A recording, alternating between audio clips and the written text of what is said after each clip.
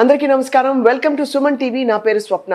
మామూలుగా ఈ మధ్య కాలంలో 40 ఏళ్ళకి ఎందుకు హార్ట్ అటాక్స్ వస్తున్నాయి, 25 ఏళ్ళకే హార్ట్ అటాక్ ఎందుకు వచ్చింది అని అడుగుతున్నాం కదా.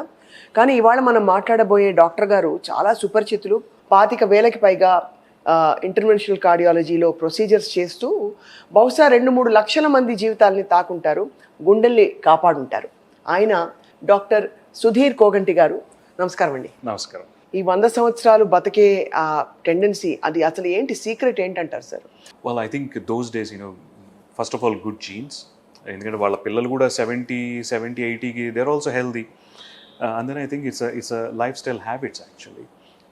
హార్డ్ వర్క్ చేయటం, ఆ రోజుల్లో హెల్దీ డైట్ తీసుకోవటం, టైంకి పడుకోవటం, టైంకి లేకపోవటం, ఇట్లా it's a very discipline life అనమాట, which I think unfortunately lot of youngsters are lacking now. So basically 100 సంవత్సరాలు బ్రతకాలంటే డిసిప్లిన్ అవసరం, ఎక్సర్సైజ్ ఎంత అవసరం సార్? చాలా అవసరం. So basically you need to lead a very boring life. 100 బతకాలంటే you need to very discipline life. Same టైంకి లేకపోవటం, same type of exercise, same type of food, రోజు night 7 to 8 hours uninterrupted sleep, ఇవన్నీ చేస్తే I think you have a very good chance of going. ఇప్పుడు అదే sir conflict ఏంటంటే, బతికి చచ్చిపోవచ్చు కదా, ఎంతకాలం బతకాలో బతికేసి హాయిగా తినేసి తాగేసి తిరిగేసి చచ్చిపో, వర్సెస్ చాలా కాలం బతకాలి అనే ఒక తపన. మీరు అన్నట్టు it's not in our hands. Okay, తినేసి తాగేసి అయిపోతే ఎంజాయ్ చేసి చచ్చిపోతే బాగుండని అంటున్నారు కదా. It's not in our hands, right? What if that particular person had a heart attack or a brain stroke and becomes dependent? అవును.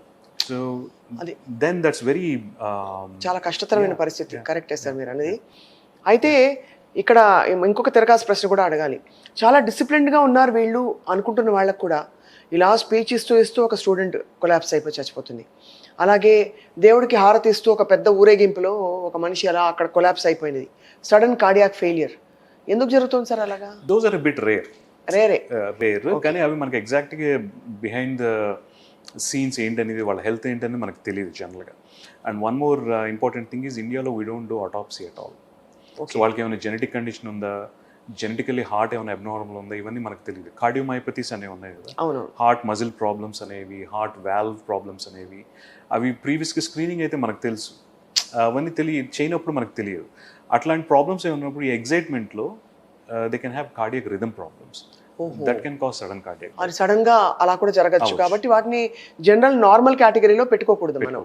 కానీ 100 సంవత్సరాలు బ్రతకాలంటే మీరు అన్నట్టు బోర్ కొట్టే జీవితం, ఆల్మోస్ట్ ప్రెడిక్టబుల్ గా. Absolutely, got to be disciplined life anamata. Once in a while you can have a cheat day, maybe once every 10 days atla, but I think Monday to Saturday got to be same boring routine.